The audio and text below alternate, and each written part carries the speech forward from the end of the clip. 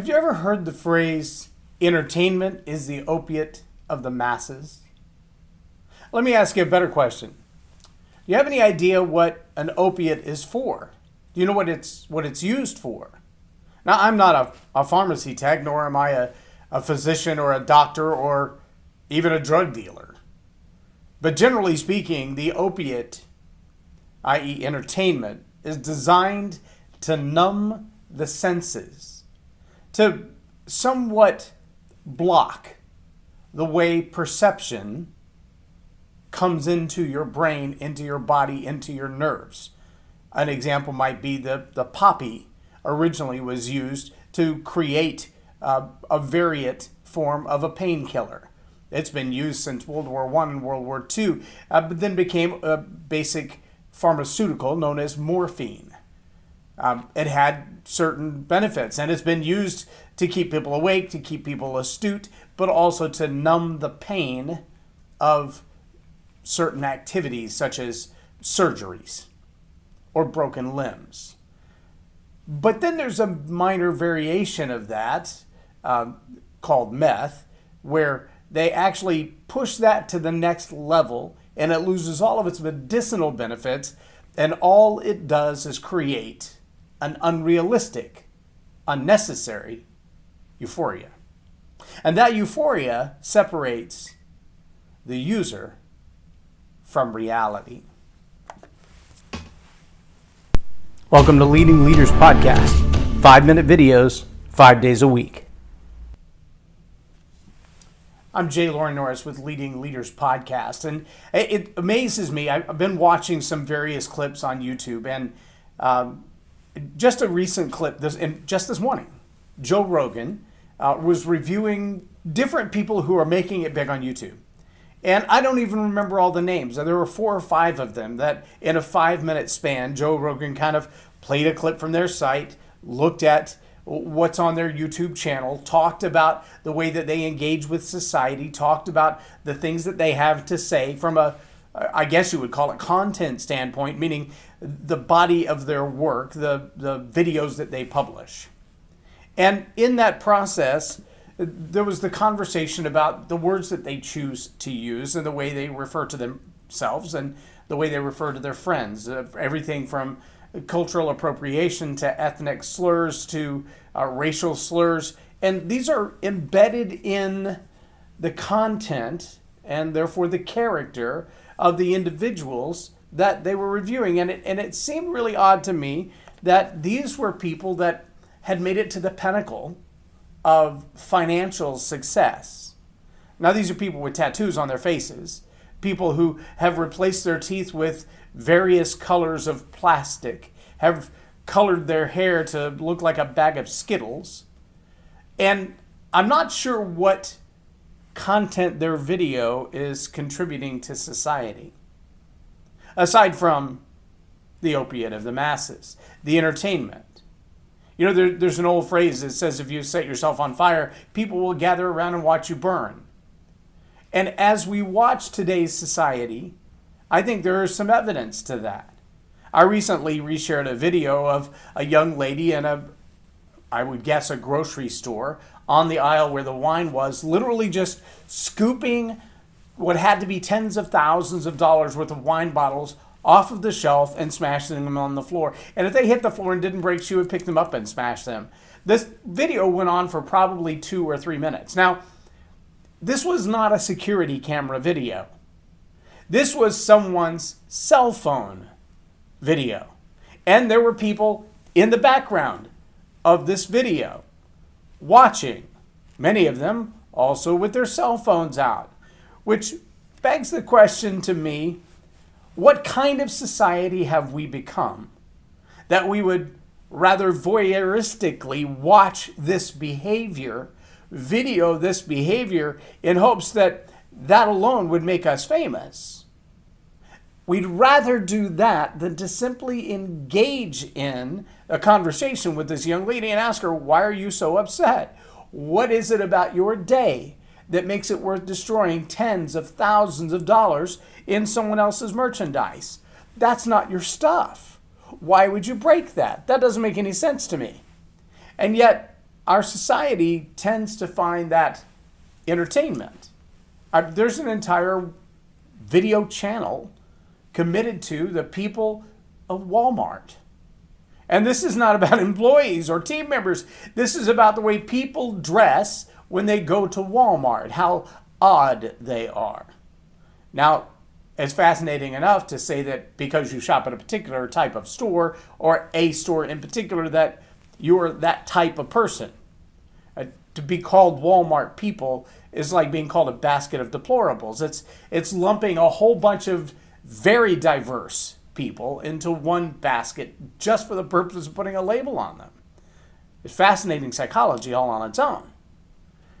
But we've reached a place in our society today where I could stand here and pick my nose. I could put funny things in my hair or drink things that are not supposed to be taken into the human body, consumed in the form of a liquid, and probably have more video views than I do here having conversations with you about leadership and things of thought and things of substance. It does seem ironic to me that things of substance get pushed to the wayside because they're controversial. I mean, it's controversial to have a genuine conversation with someone, whether it be an absolute stranger or a dear friend, to talk about things where you might disagree for a moment. Well, that's somewhat reckless. That's not good thinking. You should just entertain the masses. That's what video channels are for. And if you want to see the evidence of that, go to YouTube sometime and just search which videos make the most money, or income by cost per thousand, the CPM, the payment per thousand. How many dollars are made on videos? Do you know which ones, according to the research that I've done, make the most money? Really? Yeah, sometimes it's the ones with the funny hair and the funny teeth and all that, but the ones that seem to make the most money are the ones that talk about how to make the most money. Because it's not really about genuine content. It's about the question, how do you get people to pay attention to you? The opiate of the masses. We've come full circle now. Maybe you don't recognize it. What we really want is to be entertained because it takes our mind off of everything else. The ability to simply be caught up in the content, whether we call it news or we call it a television program or we call it whatever else, the reality that we are caught up, taken away from, not paying attention to the real issues of life, that by itself is an issue. And anybody who's willing to play the game to get our attention, to entertain us, to keep us moving along, not really paying attention, there's nothing to see here, just move along, well, they get handsomely rewarded. And those who are actually paying attention, those are having a real conversation, and I'm just going to say this outright. I've been looking for the screenshot. I haven't found it yet, but I know I have it. We did a live interview right here when I first bought this setup to be able to do live streaming with the multi-camera switch, because personally I think it's really cool to be able to just push a button and then turn and talk to a specific camera. I like this ability, and I don't have a whole team to produce. I don't pay anybody to help produce these things. I do this all my own. I think that's pretty cool. But we shot an interview right here, and we had some guests in the studio with us, so we asked a bunch of questions and had a great conversation for a little over an hour. And within about 24 hours, that video had 345 views on one of the particular video platforms. But if you go back now to that live stream, to that then edited and annotated version where he added the chirons and the lower thirds and all that stuff, or even to the version of that same video that's been promoted on other social media platforms where ad dollars were spent to make it more visible, doesn't seem to have the same views. In fact, the only place where it has high counts is where the ad dollars were spent specifically to get video views. But the video itself had 300 plus views in 24 hours. That same video upload now says not zero, no views. It has the two words, no views. How is that possible. And why is that so? Well, because it's not the opiate of the masses. The conversation was about marriage. The conversation was about content of substance. But what I don't do in these videos, this Leading Leaders podcast, or the Transforming Grace interviews, or the Story Power TV interviews, none of those interviews are about high levels of controversy. I don't dig deeply into politics just to ruffle feathers. I don't talk about things just to be overdramatic and overblown. That's not what I do. That's not what I'm here for. What I'm here for is to add value to your life. So, I hope that today's video has been just a little bit of a reminder. Maybe it's been a little refreshing to say, if you're following this video, whether it's while it's live at 6:30 in the morning, or whether it's edited, whether it's on the podcast, or you get it via email, I hope that by following this video, what you're thinking is, at least I get a little bit of substance. 5 to 10 minutes worth of thought-provoking content that makes me wonder, why haven't I thought about that myself? And what difference would thinking about that more make in my life? And my friends, this channel, these videos, this Leading Leaders podcast is not about being the opiate of the masses.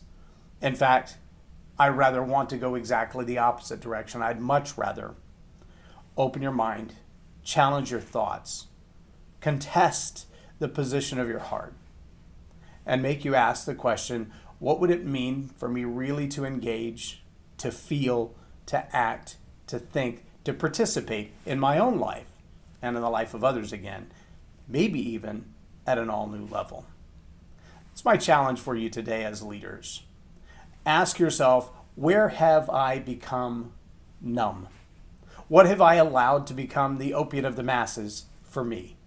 Is it the distraction of video or social media? Is it something you listen to on the radio that's nothing more than bubblegum?